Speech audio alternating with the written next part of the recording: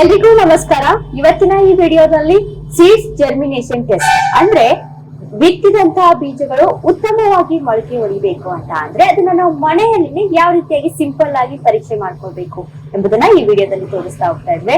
ಇತ್ತೀಚಿನ ದಿನಮಾನಗಳಲ್ಲಿ ನೋಡ್ಬೋದು, ಯಾಕಂದ್ರೆ ರೈತರು ಖರ್ಚು ಮಾಡಿ ಬೀಜಗಳನ್ನ ತಗೊಂಡ್ಬರ್ತಾರೆ, ಬಿತ್ತನೆ ಮಾಡ್ತಾರೆ. ಆದ್ರೆ ಬಿತ್ತನೆ ಮಾಡಿದಂತಹ ಬೀಜಗಳು ಉತ್ತಮವಾಗಿ ಮೊಳಕೆ ಹೊಡೆದು ಬರೋದಿಲ್ಲ.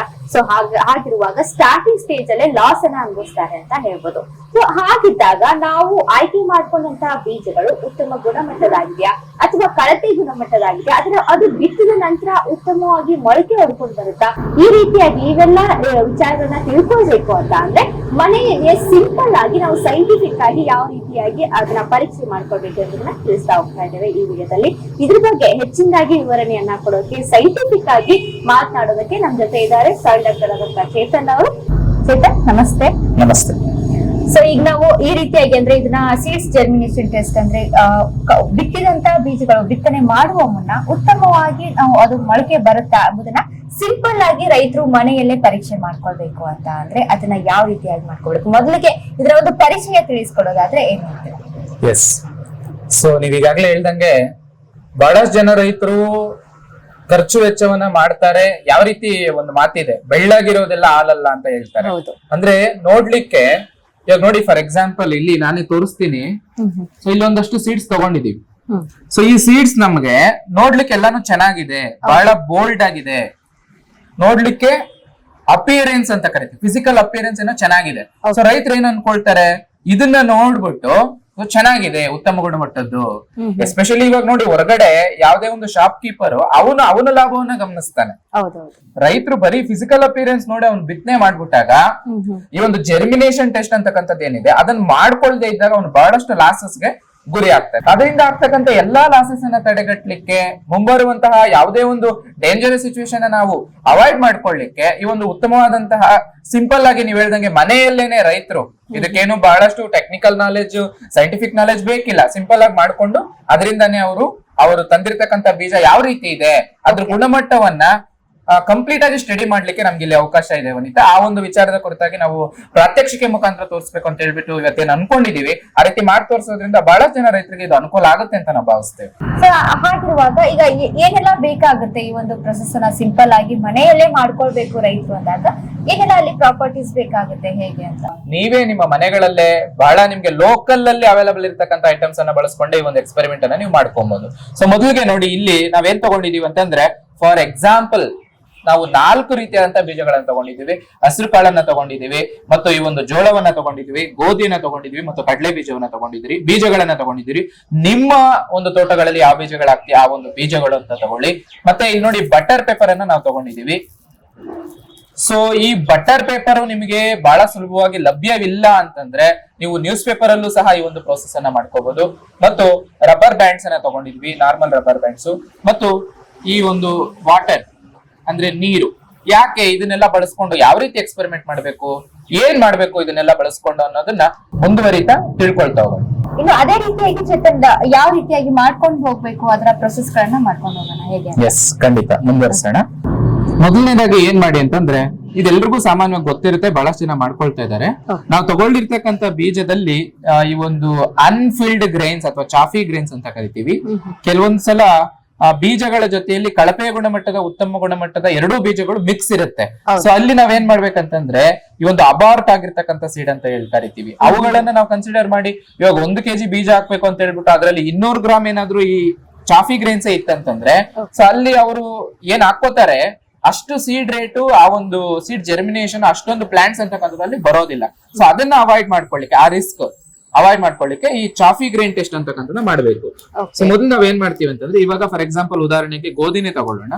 ಸೊ ಇಲ್ಲಿ ಏನ್ ಮಾಡ್ತೀವಿ ಅಂತಂದ್ರೆ, ಸೊ ಸೆಲೆಕ್ಟ್ ಮಾಡಿರ್ತಕ್ಕಂಥ ಗ್ರೈನ್ಸ್ ಅನ್ನ ನಾವು ಇದಕ್ಕೆ ಹಾಕ್ತಿವಿ.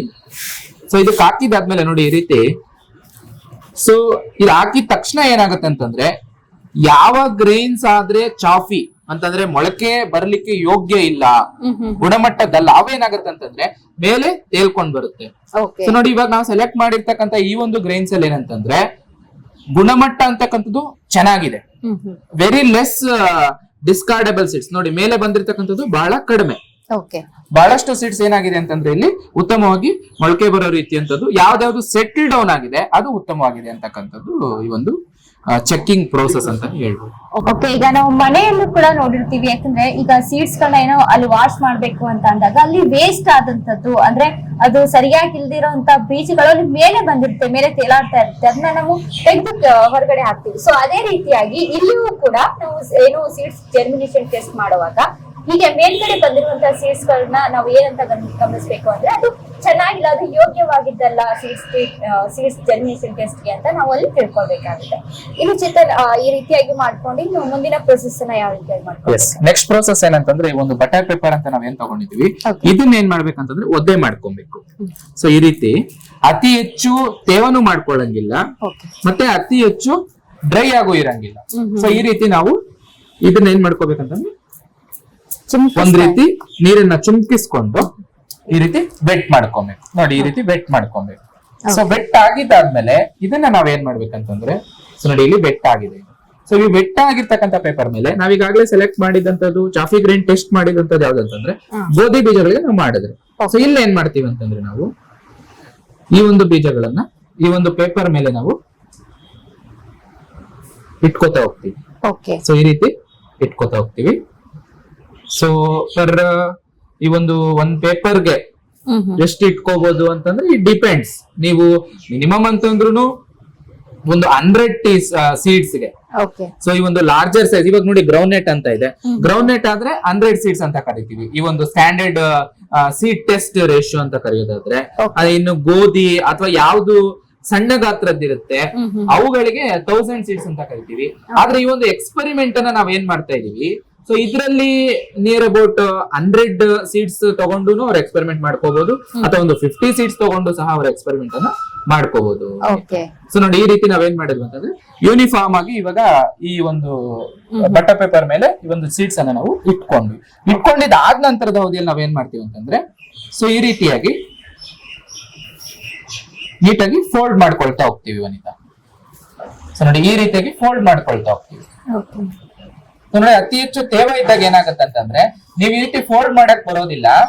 ಅಲ್ಲಿ ಏನ್ ಹಾಕ್ತಿವಿ ಪೇಪರ್ ಮೇಲೆ ವಾಟರು, ಅದನ್ನ ಫೋಲ್ಡ್ ಮಾಡೋ ಟೈಮ್ ನಲ್ಲಿ ಪೇಪರ್ ಅರ್ಧೋಗುವಂತ ರಿಸ್ಕ್ ಬಹಳ ಜಾಸ್ತಿ ಇರುತ್ತೆ. ನೋಡಿ, ಈ ರೀತಿ ಫೋಲ್ಡ್ ಮಾಡ್ಕೊಬೇಕು ವನಿತಾ. ಈ ರೀತಿ ಫೋಲ್ಡ್ ಮಾಡ್ಕೊಂಡಿದ್ದಾದ್ಮೇಲೆ ನಾನು ಏನ್ ಹೇಳಿದ್ದೆ, ರಿಕ್ವೈರ್ಮೆಂಟ್ಸ್ ಎಲ್ಲ ನಾವು ಮಾತಾಡಿದ್ವಿ. ನಮ್ಗೆ ರಬ್ಬರ್ ಬ್ಯಾಂಡ್ ಬೇಕು ಅಂತ ನಾವು ಮಾತಾಡಿದ್ವಿ. ಸೊ ಒಂದು ರಬ್ಬರ್ ಬ್ಯಾಂಡ್ ಸಹಾಯದಿಂದ ನಾವೇನ್ ಮಾಡ್ತೀವಿ ಅಂತಂದ್ರೆ ಈ ಒಂದು ತುದಿಗಳನ್ನ ಈ ರೀತಿ ನಾವು ಬೈಂಡ್ ಮಾಡ್ಕೊಂತೀವಿ. ಸೊ ಎರಡೂ ತುದಿಯನ್ನ ನಾವೇನ್ ಮಾಡ್ತೀವಿ ಅಂತಂದ್ರೆ ಈ ರೀತಿ ಬೈಂಡ್ ಮಾಡ್ಕೊಂತೀವಿ. ಸೊ ನೋಡಿ, ಇಷ್ಟೇ. ಸೊ ಈ ಒಂದು ಸೆಟಪ್ ಅನ್ನ ನಾವೇನ್ ಮಾಡ್ತೀವಿ ಅಂತಂದ್ರೆ ಅತಿ ಹೆಚ್ಚು ಬಿಸಿಲು ಮತ್ತು ಗಾಳಿಗೆ ಒಳಗಾಗದೆ ಇರ್ತಕ್ಕಂತ ಜಾಗದಲ್ಲಿ, ಅಂದ್ರೆ ಡಾರ್ಕ್ ರೂಮ್ ಅಲ್ಲಿ ಆಗಿರ್ಬೋದು, ಅಥವಾ ಯಾರು ಅಡ್ಡಾಡದೆ ಇರ್ತಕ್ಕಂತ ಒಂದು ಸ್ಥಳ ಏನಿರುತ್ತೆ ಮನೆಗಳಲ್ಲೋ, ಅಥವಾ ಈ ಒಂದು ಶೆಡ್ ಅಂತ ಏನ್ ಮಾತಾಡ್ತೀವಿ ಅಲ್ಲಿ ಇಡ್ಬೋದು. ಅದನ್ನ ಇಟ್ಟು ಏನ್ ಮಾಡ್ಬೋದು ಅಂದ್ರೆ ಆ ನಂತರದ ಅವಧಿಯಲ್ಲಿ ರೆಗ್ಯುಲರ್ ಆಗಿ ಮಾಯಿಶ್ಚರ್ ಮೇಂಟೆನೆನ್ಸ್ ಅಂತ ಕರಿತೀವಿ. ತೇವಾಂಶವನ್ನ ಕಾಪಾಡ್ಕೊಳ್ತಕ್ಕಂಥದ್ದು ಬಹಳ ಮುಖ್ಯವಾಗಿರುತ್ತೆ. ಸೊ ತೇವಾಂಶವನ್ನ ಮೇಂಟೈನ್ ಮಾಡ್ತಕ್ಕಂಥ ಹೊತ್ತಿನಲ್ಲಿ ಡೈಲಿ 2 times ಅದನ್ನ ವಾಟರಿಂಗ್ ಮಾಡ್ಬೋದು. ಅಥವಾ ಈಗಾಗ್ಲೇ ನಾವೇನ್ ಎಕ್ಸ್ಪೆರಿಮೆಂಟ್ ಅನ್ನ ಮಾಡಿ ನೋಡಿದ್ವಿ, ಆ ಒಂದು ವೆಟ್ ಕಾಟನ್ ಕ್ಲಾತ್ ಅನ್ನ ತಗೊಂಡ್ಬಿಟ್ಟು ಅದನ್ನ ತೇವಾಂಶ ಮಾಡಿ ಅದ್ರ ಮೇಲೆ ಹಾಸೋದ್ರಿಂದ ಒಂದ್ ದಿನ ಪೂರ್ತಿ ಏನಾಗುತ್ತೆ ಅಂತಂದ್ರೆ ಅದು ತೇವಾಂಶವನ್ನ ಸಪ್ಲೈ ಮಾಡ್ತಾ ಇರುತ್ತೆ. ಅಂಡ್ ನಾವು ಆಗ್ತಕ್ಕಂತ ತೇವಾಂಶ ಏನಿದೆ ಬಹಳ ಹೆಚ್ಚಾಗಬಾರ್ದು. ಬಹಳ ಹೆಚ್ಚಾದ್ರೆ ಏನಾಗುತ್ತೆ ಅಂತಂದ್ರೆ ಅಲ್ಲಿ ಫಂಗಸ್ ಆಗಿರ್ಬೋದು ಅಥವಾ ಯಾವುದೇ ಒಂದು ಅನುಪಕಾರಿ ಜೀವಿಗಳು ಬೆಳ್ಕೊಳ್ತಕ್ಕಂಥದ್ದು, ನಾವು ಮಾಡ್ತಾ ಇರ್ತಕ್ಕಂಥ ಎಕ್ಸ್ಪೆರಿಮೆಂಟ್ ಫೇಲ್ಯೂರ್ ಆಗ್ತಕ್ಕಂಥ ಚಾನ್ಸಸ್ ಇಲ್ಲಿ ಬಹಳ ಜಾಸ್ತಿ ಇರುತ್ತೆ ವನಿತಾ. ಈ ರೀತಿಯಾದಂತ process. So near about 5 to 7 days ಅಲ್ಲಿ ನಮ್ಗೆ ಏನಾಗುತ್ತೆ ಅಂತಂದ್ರೆ ಬೀಜಗಳು ಮೊಳಕೆ ಬಂದಿದಾವ, ಎಷ್ಟರ ಪ್ರಮಾಣದವರೆಗೂ ಇದು ಜರ್ಮಿನೇಷನ್ ಬಂದಿದೆ, ಅದನ್ನ ಜರ್ಮಿನೇಷನ್ ಪರ್ಸೆಂಟೇಜ್ ಅಂತ ಕರಿತೀವಿ. ಸೊ ಅದನ್ನ ನಾವಿಲ್ಲಿ ಟೆಸ್ಟ್ ಮಾಡ್ಲಿಕ್ಕೆ ಅವಕಾಶ ಇದೆ. ಓಕೆ, ಇದನ್ನ ನಾವು ಈ ರೀತಿಯಾಗಿ ಪ್ರಿಪೇರ್ ಮಾಡ್ಕೊಂಡಿಟ್ಮೇಲೆ ಇದು ಒಂದು ವಾರದವರೆಗೆ ನಾವು ಇದನ್ನ ವೇಟ್ ಮಾಡ್ಬೇಕಾಗುತ್ತೆ, ಕಾಯ್ಬೇಕಾಗುತ್ತೆ. ಯಾಕಂದ್ರೆ ಅದು ಉತ್ತಮವಾಗಿ ಮೊಳಕೆ ಹೊಡಿಬೇಕು ಅಂತ ಅಂದಾಗ ಅಲ್ಲಿ ಮೊಳಕೆ ಹೊಡೆದು ಬಂದಂತಹ ಸೀಡ್ಸ್ ಗಳನ್ನ ನಾವು ಗಮನಿಸ್ಕೊಂಡು ಇದು ಬಿತ್ತನೆ ಮಾಡೋಕೆ ಯೋಗ್ಯವಾಗಿದೆಯಾ ಅಥವಾ ಬೇರೆ ಬೀಜಗಳನ್ನ ನಾವು ಆಯ್ಕೆ ಮಾಡ್ಕೊಳ್ಬೇಕಾ ಎಂಬುದು ಅಲ್ಲಿ ನಾವು ತಿಳ್ಕೊಳ್ಬೇಕಾಗುತ್ತೆ. ನೋಡಿ, ಇದಕ್ಕೆ ಯಾವುದೇ ರೀತಿಯಾದಂತ ಬಹಳ ಕೂಲ್ ಆಗಿ ಇರ್ಬೇಕು, ಬಹಳ ಆಟ ಆಗಿ ಇರ್ಬೇಕು ಅಂತಕ್ಕಂಥದ್ದಿಲ್ಲ. ಆಕ್ಚುಲಿ ಏನಂತಂದ್ರೆ ರಿಸರ್ಚ್ ಇನ್ಸ್ಟಿಟ್ಯೂಟ್ ಗಳಲ್ಲಿ ಲ್ಯಾಬೊರೇಟರಿಗಳಲ್ಲಿ ಟೆಸ್ಟ್ ಮಾಡ್ಕೊಳ್ಳೋದಾದ್ರೆ ಅವರು ಇನ್ಕ್ಯುಬೇಟರ್ಸ್ ಅಂತ ಕರಿತೀವಿ, ಆರ್ಟಿಫಿಷಿಯಲ್ ಆಗಿ ಟೆಂಪರೇಚರ್ ನ ಮೇಂಟೈನ್ ಮಾಡ್ಕೊಂಡು ಇಟ್ಕೊಂಡು ಹೋಗ್ತಾರೆ. ಆದ್ರೆ ನಾವು ಬೆಳೀತಾ ಇರ್ತಕ್ಕಂತ ಬೀಜಗಳು ಯಾವ ಲೊಕಾಲಿಟಿಯಲ್ಲಿ ಬೆಳಿತೀವಿ, ಯಾವ ಒಂದು ಏರಿಯಾದಲ್ಲಿ ಬೆಳಿತೀವಿ, ಅದೇ ಒಂದು ಏರಿಯಾದ ಟೆಂಪರೇಚರ್ ಅಲ್ಲೇ ನಾವು ಈ ಒಂದು ಜರ್ಮಿನೇಷನ್ ಟೆಸ್ಟ್ ಅನ್ನ ಮಾಡ್ಕೊಳ್ಳೋದ್ರಿಂದ ರೂಮ್ ಟೆಂಪರೇಚರ್ ಅಂತ ಕರಿತೀವಿ. ಅವರ ಒಂದು ಶೆಡ್ ಗಳಲ್ಲಾಗಿರ್ಬೋದು, ಅವರ ಒಂದು ಮನೆಗಳಲ್ಲಾಗಿರ್ಬೋದು, ಈ ಒಂದು ಎಕ್ಸ್ಪೆರಿಮೆಂಟ್ ಅನ್ನ ಅವರು ಮಾಡ್ಕೊಳ್ಬಹುದು. ಕಂಪ್ಲೀಟ್ ಆಗಿ ಈ ರೀತಿ ನಾವು ಮಾಡಿದ ನಂತರ ಇದನ್ನ ಈ ರೀತಿಯಾಗಿ ಪ್ರೊಸೆಸ್ ಅನ್ನ ಈಗ ಯಾವ ರೀತಿಯಾಗಿ ಮಾಡ್ಬೇಕು ಅನ್ನೋದನ್ನ ಜೊತೆ ನಾವು ತಿಳಿಸ್ಕೊಟ್ರು. ಇನ್ನು ಅದೇ ರೀತಿಯಾಗಿ ನಂತರ ಇದು 1 ವಾರದ ಬಳಿಕ ಯಾವ ರೀತಿಯಾಗಿ ಜರ್ಮಿನೇಷನ್ ಬರುತ್ತೆ, ಇದನ್ನ ಯಾವ ರೀತಿಯಾಗಿ ನಾವು ನೋಡ್ಕೊಳ್ಬಹುದು ಅನ್ನೋದನ್ನ ನಾವು ತಿಳ್ಕೊಳ್ಳೋದಾದ್ರೆ,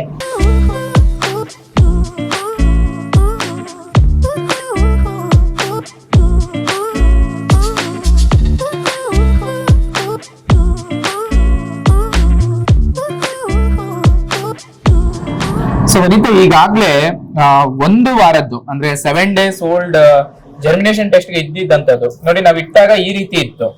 ಸೊ ಅದು ಯಾವ ರೀತಿ ಮೊಳಕೆ ಬಂದ್ಮೇಲೆ ಹೆಂಗಿರುತ್ತೆ ಅನ್ನೋದು ನಾವಿಲ್ಲಿ ನೋಡ್ಬೋದು. ಇಲ್ಲಿ ನೋಡ್ಬೋದು, ಆಲ್ಮೋಸ್ಟ್ ಎಲ್ಲಾ ಸೀಡ್ಸ್ ಜರ್ಮಿನೇಟ್ ಆಗಿರ್ತಕ್ಕಂಥದ್ದು ನಾವಿಲ್ಲಿ ಅಬ್ಸರ್ವ್ ಮಾಡಬಹುದು. ಮತ್ತೆ ಅತಿ ಹೆಚ್ಚು ತೇವಾಂಶ ಆದ್ರೆ ಒಂದು ಫಂಗಸ್ ಗ್ರೋತ್ ಆಗುತ್ತೆ ಅಂತ ನಾನು ಹೇಳಿದ್ದೆ. ನೋಡಿ, ಇಲ್ಲೊಂದು ಸೀಡ್ ಮಾತ್ರ ಎಲ್ಲಾ ಸೀಡ್ಸ್ ಚೆನ್ನಾಗಿ ಬಂದಿದೆ, ಬಟ್ ಅಲ್ಲಲ್ಲಿ ಏನಾಗಿದೆ ಅಂದ್ರೆ ಕೆಲವು ವೀಕ್ ಇರ್ತಕ್ಕಂಥ ಸೀಡ್ಸ್ ಏನಾಗಿದೆ ಅಂತಂದ್ರೆ ಅದರಲ್ಲಿ ಫಂಗಸ್ ಡೆವಲಪ್ಮೆಂಟ್ ಆಗಿರೋದನ್ನ ನಾವಿಲ್ಲಿ ನೋಡಬಹುದು. ಮತ್ತೆ ಇದರಲ್ಲಿ ನಾವೇನಾದ್ರೂ ಪರ್ಸೆಂಟೇಜ್ ಕ್ಯಾಲ್ಕುಲೇಟ್ ಮಾಡೋದಾದ್ರೆ ಆಲ್ಮೋಸ್ಟ್ ಎಲ್ಲಾ ಸೀಡ್ಸ್ ಅಂದ್ರೆ ಒಂದೊಂದು ಲೆಂತ್ ಚೆನ್ನಾಗಿ ಬಂದಿರಬಹುದು ಅಥವಾ ಒಂದೊಂದು ಚಿಕ್ಕದಾಗಿ ಬಂದಿರಬಹುದು, ಬಟ್ ಜರ್ಮಿನೇಷನ್ ಅಂತಕ್ಕಂಥದ್ದು ಏನಾಗಿದೆ ಅಂದ್ರೆ ಯೂನಿಫಾರ್ಮ್ ಆಗಿರ್ತಕ್ಕಂಥದ್ದು. ಎಲ್ಲಾ ಸೀಡ್ಸ್ ಜರ್ಮಿನೇಟ್ ಆಗಿರ್ತಕ್ಕಂಥದ್ದು ಎಕ್ಸೆಪ್ಟ್ 1 or 2 ನೋಡಬಹುದು. ಈ ರೀತಿಯಾದಂತ ಕೆಲವು ಮಾತ್ರ. ಇದರಲ್ಲಿ ನಾವು ಇನ್ನೊಂದ್ ಏನ್ ಗಮನಿಸಬಹುದು ಅಂತಂದ್ರೆ ಕೆಲವು ಸಲ ಈ ಒಂದು ಬೀಜದಲ್ಲೇನೆ ರೋಗಾಣು ಇರ್ತಕ್ಕಂಥ ಸಾಧ್ಯತೆ ಐತೆ. ಅದಕ್ಕೆ ಯಾವಾಗ ಈ ಒಂದು ತೇವಾಂಶ ಅಂತಕ್ಕಂಥದ್ದು ಸಿಗುತ್ತೆ, ಇದೊಂದು ಗ್ರೋಯಿಂಗ್ ಮೀಡಿಯಂ ತರ ಈ ಒಂದು ಪೇಪರ್ ಸಿಗತ್ತಲ್ವಾ, ಅವಾಗ ಏನಾಗುತ್ತೆ ಅಂದ್ರೆ ಆ ಒಂದು ಪ್ಯಾಥೋಜನ್ ಅಂತಕ್ಕಂಥದ್ದು ಸಹ ಬೆಳ್ಕೊಳ್ಳೋದು ಸಹ ಈ ಒಂದು ಚಾನ್ಸಸ್ ಇಲ್ಲಿದೆ ವನಿತಾ.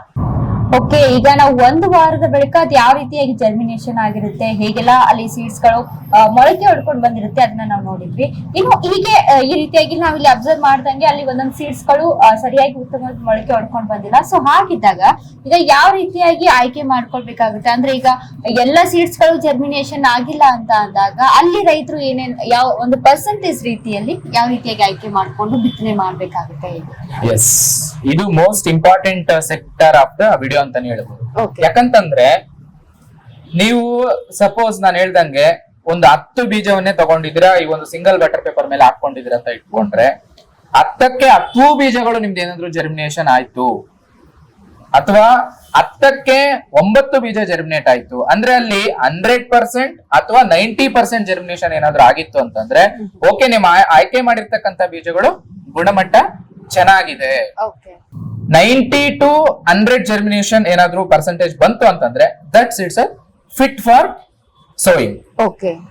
ನೆಕ್ಸ್ಟ್ ಏನಂತಂದ್ರೆ ನೀವು 10 ಬೀಜ ಹಾಕಿದಾಗ 7 ಬೀಜ ಮಾತ್ರ ಜರ್ಮಿನೇಟ್ ಆಯ್ತು ಅಂತಂದ್ರೆ ಅಲ್ಲಿಗೆ ಪರ್ಸೆಂಟೇಜ್ 70% ಅಂತ ಬರುತ್ತೆ. ಅಲ್ಲಿ ನೀವೇನ್ ಮಾಡ್ಬೇಕಂತಂದ್ರೆ ನೀವು ಬಿತ್ತನೆ ಮಾಡೋದಕ್ಕೆ ಸೀಡ್ ರೇಟ್ ಅಂದ್ರೆ ಒಂದು ಸ್ಟ್ಯಾಂಡರ್ಡ್, ನಾವು ಒಂದು ಪರ್ ಎಕರ್ ಒಂದು 5 kg ಸೀಡ್ಸ್ ನ ಹಾಕ್ಬೇಕು ಅಂತ ಇಟ್ಕೊಂಡಿರ್ತೀವಿ ಅಂತ ಇಟ್ಕೊಳ್ಳಿ. 70% ಸೀಡ್ಸ್ ಮಾತ್ರ ಇಲ್ಲಿ ಜರ್ಮಿನೇಟ್ ಆಗಿದೆ ಅಂತಂದಾಗ ನೀವು ಮಾಡ್ತಕ್ಕಂಥ ಬಿತ್ತನೆ ಬೀಜದ ಪ್ರಮಾಣವನ್ನ ನಾವು ಹೆಚ್ಚಿಸ್ಕೊಬೇಕು. 5 kg ಆಗ್ತಾ ಇರತ್ರ 7 kg ಹಾಕ್ಬೇಕು. ಸೊ ಈ ರೀತಿ ಜಾಸ್ತಿ ಮಾಡ್ಕೊಳ್ತಾ ಹೋಗ್ಬೇಕು. ಅಥವಾ 50% ಅಥವಾ 30% ಬೀಜ ಮಾತ್ರ ಮೊಳಕೆ ಬಂತು ನಾವ್ ಈ ಒಂದು ಟೆಸ್ಟ್ ನ ಮಾಡಿ ನೋಡಿದಾಗ, ಇವಾಗ ನಾವು ನೋಡಿದ್ವಿ ಕೆಲವು ಕಡೆ. ಸೊ ಇವಾಗ 1 ಲಾಟ್ ಆಫ್ ಗೋಧಿ ಬೀಜನ ತಗೊಂಡಾಗ ಅದೇನಾಗಿತ್ತು, ಕಂಪ್ಲೀಟ್ ಆಗಿ ಜರ್ಮಿನೇಷನ್ ಚೆನ್ನಾಗಿ ಕೊಡ್ತು. ಇನ್ನೊಂದ್ ಲಾಟ್ ತಗೊಂಡಾಗ ನೀವು ಬ್ಯಾಕ್ ಗ್ರೌಂಡ್ ಅಲ್ಲಿ ವಿಜುವಲ್ಸ್ ಅಲ್ಲಿ ನೋಡ್ತಾ ಇರ್ಬೋದು, ಬಹಳಷ್ಟು ಹಾಫ್ ಆಫ್ ದ ಸೀಡ್ಸ್ ಏನಾಯ್ತು ಅಂತಂದ್ರೆ ಜರ್ಮಿನೇಷನ್ ಆಗ್ತಿರ್ಲಿಲ್ಲ. ಅಲ್ಲಿ ಏನ್ ಮಾಡ್ಬೇಕಂದ್ರೆ ಆ ಒಂದು ಲಾಟ್ ಅನ್ನ ನಾವು ರಿಜೆಕ್ಟ್ ಮಾಡ್ಬೇಕಾಗುತ್ತೆ. ಅಂದ್ರೆ ಆ ಒಂದು ಸೀಡ್ಸ್ ಅನ್ನ ನಾವು ಆಯ್ಕೆ ಮಾಡಂಗಿಲ್ಲ. ಆ ಒಂದು ಸೀಡ್ಸ್ ಅನ್ನ ನಾವೇನಾದ್ರೂ ಆಯ್ಕೆ ಮಾಡಿದ್ವಿ ಅಂತಂದ್ರೆ ಸಂಪೂರ್ಣವಾಗಿ ನಮ್ಗೆ ಏನಾಗುತ್ತೆ, ನಾವು ಭೂಮಿಗೆ ತಗೊಂಡಾಗ ಆ ಒಂದು ಬೀಜಗಳನ್ನ ಸುರಿದ್ರು ಸಹ ಉತ್ತಮವಾದಂತ ರಿಸಲ್ಟ್ ನಮ್ಗೆ ಇಲ್ಲಿ ಬರ್ಲಿಕ್ಕೆ ಚಾನ್ಸ್ ಇಲ್ಲ. ಫಾರ್ಮರ್ ಅಂತಕ್ಕಂಥವನು ಅವ್ನು ಮಾಡಿರ್ತಕ್ಕಂತ ಒಂದು ಪ್ರೋಸೆಸ್ ಅಲ್ಲಿ ಫೇಲ್ ಆಗ್ತಾನೆ ಅವನಿಗೆ. ಇದರ ಒಂದು ಇಂಪಾರ್ಟೆನ್ಸ್ ಕುರಿತಾಗಿ ಹೇಳೋದಾದ್ರೆ ಇದರ ಒಂದು ಪ್ರಾಮುಖ್ಯತೆ ಎಷ್ಟಿದೆ ರೈತರಿಗೆ, ಯಾವ ಇದರಿಂದ ಏನೆಲ್ಲ ಅವರು ತೊಂದರೆಗಳನ್ನ ಅಲ್ಲಿ ತಪ್ಪಿಸಬಹುದು ಅಂತ ಹೇಳೋದಾದ್ರೆ ಏನಿದೆ? ಎಸ್ ನೋಡಿ, ನೀವು ಸ್ಟಾರ್ಟಿಂಗ್ ಅಲ್ಲೇ ಹೇಳ್ದಂಗೆ ನಾವು ಮಾತಾಡ್ಕೊಂಡಂಗೆ ಬೆಳೆಯುವ ಸಿರಿ ಮೊಳಕೆಯಲ್ಲಿ. ಆದ್ರೆ ಮೊಳಕೆನೆ ಬಂದಿಲ್ಲ ಅಂತಂದ್ರೆ ಅಲ್ಲಿ ಸಿರಿ ಎಲ್ಲಿಂದ ಬಂತು? ಹೌದು. ಅದರಿಂದ ಏನಂತಂದ್ರೆ ರೈತರು ಈ ಒಂದು ಎಕ್ಸ್ಪೆರಿಮೆಂಟ್ ಅನ್ನ ಬಹಳಷ್ಟು ಎಲ್ಲಾ ಬೀಜಗಳ ಮೇಲೇನು ಪ್ರಯತ್ನ ಮಾಡಿ ಆ ಒಂದು ಪ್ರಯೋಗವನ್ನ ಮಾಡಿ ಎಲ್ಲಾ ಬೀಜಗಳಿಗೂ ಇದ್ರಲ್ಲಿಂದ ಏನ್ ರಿಸಲ್ಟ್ಸ್ ಬರ್ತಾ ಇದೆ ಅದು ಬೇಸ್ಡ್ ಆಗಿ ಯಾರು ಈ ಒಂದು ಜರ್ಮಿನೇಷನ್ ಟೆಸ್ಟ್ ಅನ್ನ ಮಾಡ್ಕೊಂಡು ಸೋಯಿಂಗ್ ಅನ್ನ ಮಾಡ್ಕೊಂಡಿದ್ದಾರೆ ಅವರಲ್ಲಿ ಸಕ್ಸಸ್ ರೇಟ್ಸ್ ಅಂತಕ್ಕಂಥದ್ದು ಬಹಳ ಜಾಸ್ತಿ ಇದೆ. ಇದಕ್ ನೋಡ್ಬೋದು ಆರ್ಟ್ಲಿ ಇದಕ್ಕೆ ಏನೂ ಖರ್ಚಿಲ್ಲ, ನಿಮ್ ಮನೇಲೆ ಸಿಗ್ತಾ ಇರ್ತಕ್ಕಂಥ ಐಟಮ್ಸ್ ಅನ್ನ ಬಳಸ್ಕೊಂಡು ನಾವ್ ಹೇಳಿದ್ವಿ even if butter paper is not available news paper ನ ಬಳಸ್ಕೊಂಡಾದ್ರೂ ನೀವು ಮಾಡ್ಕೊಳ್ಳಿ ಅಂತ. Same procedure. ಇದನ್ನ ಮಾಡ್ಕೊಳ್ಳೋದ್ರಿಂದ ನಿಮ್ಮ ಈ ಒಂದು ಬೀಜದ ಗುಣಮಟ್ಟ, ಅದರಲ್ಲಿರ್ತಕ್ಕಂಥ ರೋಗಾಣುಗಳ ಪ್ರಮಾಣ ಇದೆಲ್ಲಾನು ನಿಮ್ಗೆ ಗೊತ್ತಾಗುತ್ತೆ. ನೀವು ಬಹಳಷ್ಟು ಮುಂದೆ ಬರ್ತಕ್ಕಂಥ ಎಲ್ಲಾ ಡೇಂಜರಸ್ ನ ತಡ್ಕೊಳ್ಳೋದ್ರಿಂದ ಆ ಒಂದು ತಡ್ಕೊಳ್ಳುವಂತಹ ಒಂದು ಶಕ್ತಿಯನ್ನ, ಯಾಕಂತಂದ್ರೆ ನೀವಿಲ್ಲಿ ಆಯ್ಕೆ ಮಾಡಿರ್ತಕ್ಕಂಥದ್ದು ಗುಣಮಟ್ಟದ ಆಗಿಲ್ಲ ಅಂತಂದ್ರೆ ನಾವ್ ಹೇಳ್ತಾ ಇದೀವಿ ಇಲ್ಲಿ ರಿಜೆಕ್ಟ್ ಮಾಡಿ ಆ ಪರ್ಸೆಂಟೇಜ್ ಬೇಸ್ಡ್ ಆಗಿ ನೀವು ಮುಂದಕ್ಕೆ ಹೋಗ್ಲೇಬೇಡಿ ಅಂತ ಹೇಳ್ತಾ ಇದೀವಿ. ಸೊ ಇಲ್ಲಿ ಬಹಳಷ್ಟು ಕ್ಲಾರಿಟಿ ಅಂತಕ್ಕಂಥದ್ದು ಇಲ್ಲೇ ಸಿಗುತ್ತೆ ವನಿತಾ. ಇದು ಬಹಳ ಸುಲಭವಾಗಿ ರೈತರು ಮಾಡ್ಕೋಬಹುದಾಗಿರ್ತಕ್ಕಂಥ ಒಂದು ಪ್ರಕ್ರಿಯೆ. ಓಕೆ, ಅಂದ್ರೆ ರೈತರು ಮುಂದೆ ಆಗುವಂತ ಲಾಸ್ ಅನ್ನ ತಪ್ಪಿಸಬಹುದು ಇಲ್ಲೇ. ಯಾಕಂದ್ರೆ ಈಗ ಬೀಜಗಳಲ್ಲಿ ಮೊಳಕೆ ಬಂದಿಲ್ಲ ಅಥವಾ ಸರಿಯಾಗಿ ಬೆಳೆಯಲ್ಲಿ ಒದಗಿ ಬಂದಿಲ್ಲ ಅಂತ ಅಂದಾಗ ಏನ್ ಮಾಡ್ತಾರೆ ರೈತರು, ನಮ್ಮ ಗೊಬ್ಬರ ಹಾಕಿದಂತ ಗೊಬ್ಬರ ಚೆನ್ನಾಗಿಲ್ವಾ ಅಥವಾ ಕೃಷಿ ಭೂಮಿಯಲ್ಲಿ ಏನಾದ್ರು ತೊಂದರೆ ಇದೆಯಾ, ಈ ರೀತಿಯಾಗಿ ಯೋಚನೆ ಮಾಡ್ತಾರೆ. ಅದಕ್ಕಿಂತ ಮುಂಚೆ ನಾವು ಬಿತ್ತನೆ ಮಾಡೋಕೆ ಆಯ್ಕೆ ಮಾಡ್ಕೊಂಡಂತ ಬೀಜಗಳಲ್ಲೂ ಕೂಡ ಅಲ್ಲಿ ಪ್ರಾಬ್ಲಮ್ಗಳಿರುತ್ತೆ. ಆ ಪ್ರಾಬ್ಲಮ್ಗಳನ್ನ ನಾವು ತಪ್ಪಿಸ್ಬೇಕು ಅಂದಾಗ ಈ ಒಂದು ಎಕ್ಸ್ಪೆರಿಮೆಂಟ್ ತುಂಬಾ ಉಪಯೋಗವಾಗಿದ್ದು ಕೃಷಿಕರಿಗೆ. ಸೊ ಮನೆಯಲ್ಲಿಯೇ ಸಿಂಪಲ್ ಆಗಿ ಯಾವ್ದು ಜಾಸ್ತಿ ಖರ್ಚಿಲ್ಲದೇ ಮಾಡ್ಕೊಂಡು ಹೆಚ್ಚಾಗಿ ಮುಂದೆ ಆಗುವಂತ ತೊಂದರೆಗಳನ್ನ, ಲಾಸ್ ಗಳನ್ನ ಅಲ್ಲಿ ತಪ್ಪಿಸಬಹುದು ಅಂತ ಹೇಳ್ಬೋದು. ಓಕೆ ಚೇತನ್, ಈ ಒಂದು ವಿಡಿಯೋದಲ್ಲಿ ರೈತರು ಯಾವ ರೀತಿಯಾಗಿ ಸೀಡ್ ಜರ್ಮಿನೇಷನ್ ಟೆಸ್ಟ್ ಮಾಡ್ಕೊಳ್ಬೇಕು ಎಂಬುದನ್ನ ಸೈಂಟಿಫಿಕ್ ಆಗಿ ತಿಳಿಸ್ಕೊಡ್ರಿ. Thank you so much. Thank you Anita. Thank you. ಇದೇ ರೀತಿಯಲ್ಲಿ ನೋಡಿ ಈ ಒಂದು ಸ್ಟೆಪ್ ನಾವೇನ್ ತಗೊಂಡಿದೀವಿ ಇದನ್ನ ಕಂಪ್ಲೀಟ್ ಆಗಿ ಒಂದು ಪ್ರೊಸೀಜರ್, ಇದು ಫಸ್ಟ್ ಸ್ಟೆಪ್ ಆಯ್ತು. ಮುಂದೆ ಬೀಜೋಪಚಾರವನ್ನ ಯಾವ ರೀತಿ ಮಾಡ್ಬೇಕು, ಬೀಜೋಪಚಾರ ಮಾಡೋದ್ರಿಂದ ಏನ್ ಲಾಭ, ಅದನ್ನ ಪ್ರೋಸೆಸ್ ಯಾವ ರೀತಿ ಮಾಡ್ಬೇಕು, ಫೀಲ್ಡ್ ಹಾಕಿ ಬೀಜೋಪಚಾರ ಮಾಡಿದಂತ ಬೀಜಗಳು ಯಾವ ರೀತಿ ಇರುತ್ತೆ, ಬೀಜೋಪಚಾರ ಮಾಡದೇ ಇರ್ತಕ್ಕಂತ ಒಂದು ಗಿಡಗಳು ಯಾವ ರೀತಿ ಬೆಳೆಯುತ್ತೆ, ಆ ಎರಡರ ಕಂಪ್ಯಾರಿಸನ್, ವೈಜ್ಞಾನಿಕ ವಿಚಾರಗಳು ಅದೆಲ್ಲದನ್ನು ನಾವು ಸಂಪೂರ್ಣವಾಗಿ ರೈತರಿಗೋಸ್ಕರ ಈ ಒಂದು ಪ್ರೋಸೆಸ್, ಈ ಒಂದು ಎಕ್ಸ್ಪೆರಿಮೆಂಟಲ್ ಡಿಸೈನ್ ಅಂತಾನೆ ಕರಿಬಹುದು, ಈ ಒಂದು ಸ್ಟೆಪ್ ಬೈ ಸ್ಟೆಪ್ ನಾವು ತಿಳಿಸ್ಕೊಡ್ತಾ ಹೋಗೋಣ ಅಂತ ನಾನು ಹೇಳಿಕ್ಕೆ ಇಷ್ಟಪಡ್ತೀನಿ. ಓಕೆ, ಈ ಒಂದು ವಿಡಿಯೋದಲ್ಲಿ ಸೀಡ್ಸ್ ಜರ್ಮಿನೇಷನ್ ಟೆಸ್ಟ್ ಯಾವ ರೀತಿಯಾಗಿ ಸಿಂಪಲ್ ಆಗಿ ಮನೆಯಲ್ಲೇ ಮಾಡ್ಕೊಳ್ಬೇಕೆಂಬ ವಿಚಾರಗಳನ್ನ ರೈತರು ತಿಳ್ಕೊಂಡು ಮುಂಬರುವ ಒಂದು ತೊಂದರೆಗಳನ್ನ ತಡೆಗಟ್ಕೊಳ್ಬೇಕು ಅಂತಂದ್ರೆ ನಾವು ಸೀಡ್ಸ್ ಅಲ್ಲಿ ಯಾವ ರೀತಿಯಾಗಿ ಅದನ್ನ ಪರೀಕ್ಷೆ ಮಾಡ್ಕೊಳ್ಬೇಕೆಂಬುದನ್ನ ಈ ಒಂದು ವಿಡಿಯೋದಲ್ಲಿ ತಿಳಿಸ್ಕೊಂಡ್ರಿ. ಇನ್ನು ಅದೇ ರೀತಿಯಾಗಿ ಈ ಒಂದು ವಿಡಿಯೋ ಎಲ್ಲಾ ರೈತರಿಗೆ ಅನುಕೂಲ ಆಗುತ್ತೆ, ಇದರಿಂದ ತಿಳಿದುಕೊಳ್ಳುವಂತ ವಿಚಾರಗಳು ಜಾಸ್ತಿ ಇದೆ ಅಂತ ಅಂದಾಗ ಈ ವಿಡಿಯೋವನ್ನ ಶೇರ್ ಮಾಡಿ, ಅದೇ ರೀತಿಯಾಗಿ ಲೈಕ್ ಮಾಡಿ. ಇನ್ನು ಅದೇ ರೀತಿಯಾಗಿ ಇನ್ನೂ ಹೆಚ್ಚಿನ ವಿಡಿಯೋಗಳು, ನಿಮಗೆ ಕೃಷಿಗೆ ಸಂಬಂಧಪಟ್ಟಂತ ವಿಡಿಯೋಗಳು ಬೇಕು ಅಂತ ಅಂದ್ರೆ ನಮ್ಮ ಚಾನಲ್ಗೆ ಸಬ್ಸ್ಕ್ರೈಬ್ ಮಾಡಿ ಅಂತ ಹೇಳ್ತಾ ಹೀಗೆ ನೋಡ್ತಾ ಇರಿ ಮೈಕ್ರೋಬಿಟ್ ಟಿವಿ, ಇದು ರೈತರ ಹಾದಿಯಲ್ಲಿ. ಮಣ್ಣು ಒಂದು ಜೀವಂತ ವಸ್ತುನ ಅಥವಾ ನಿರ್ಜೀವ ವಸ್ತುನ? ಎರೆಹುಳುಗಳು ಒಂದೇ ಅಲ್ಲ, ಮಣ್ಣಿನಲ್ಲಿ ಇರ್ತಕ್ಕಂಥ ಬಹಳಷ್ಟು ಬೇರೆ ರೀತಿಯಾದಂಥ ಕೀಟಗಳು ನಿಮ್ಮ ಬೆಳೆಗಳಿಗೆ ಬೆಳವಣಿಗೆಗಾಗಿರ್ಬೋದು, ಪೋಷಕಾಂಶಗಳ ಪೂರೈಕೆಗಾಗಿರ್ಬೋದು ನೈಸರ್ಗಿಕವಾಗಿ ಪೋಷಕಾಂಶಗಳನ್ನು ಒದಗಿಸಿಕೊಡುತ್ತೆ. ಇದು ಸಹ ಪೊಟ್ಯಾಶ್ ಅಂಶ ಸಹ ಮಣ್ಣಿನಲ್ಲಿದೆ. ಒಂದು ಉಪಕಾರಿ, ಇನ್ನೊಂದು ಅಪಕಾರಿ. ಭೌತಿಕ ಗುಣ ಮತ್ತು ರಾಸಾಯನಿಕ ಗುಣ ಅಂತಕ್ಕಂಥದ್ದು ಅವೆಲ್ಲನೂ ಒಂದು ರೀತಿಯಾದಂಥ ಕನೆಕ್ಷನ್ ಇರುತ್ತೆ. ಧಾತು ಸಾವಯವ ಕೃಷಿಕರ ಪಾಲಿನ ದಾರಿದೀಪ. Download now to boost your farming. Doctor ಸೈಲ್ ಹಾಕಕ್ ಶುರು ಮಾಡ್ದಾಗಿಂದ ಈ ಮಣ್ಣಲ್ಲಿ ಬೆಳೆ ಬೆಳೆಯೋದು ಹೇಗಪ್ಪ ಅಂತ ಯೋಚನೆ ಮಾಡಂಗಿಲ್ಲ. ಮಣ್ಣು ಮಾತ್ರ ಡಾಕ್ಟರ್ ಸಾಯಿಲ್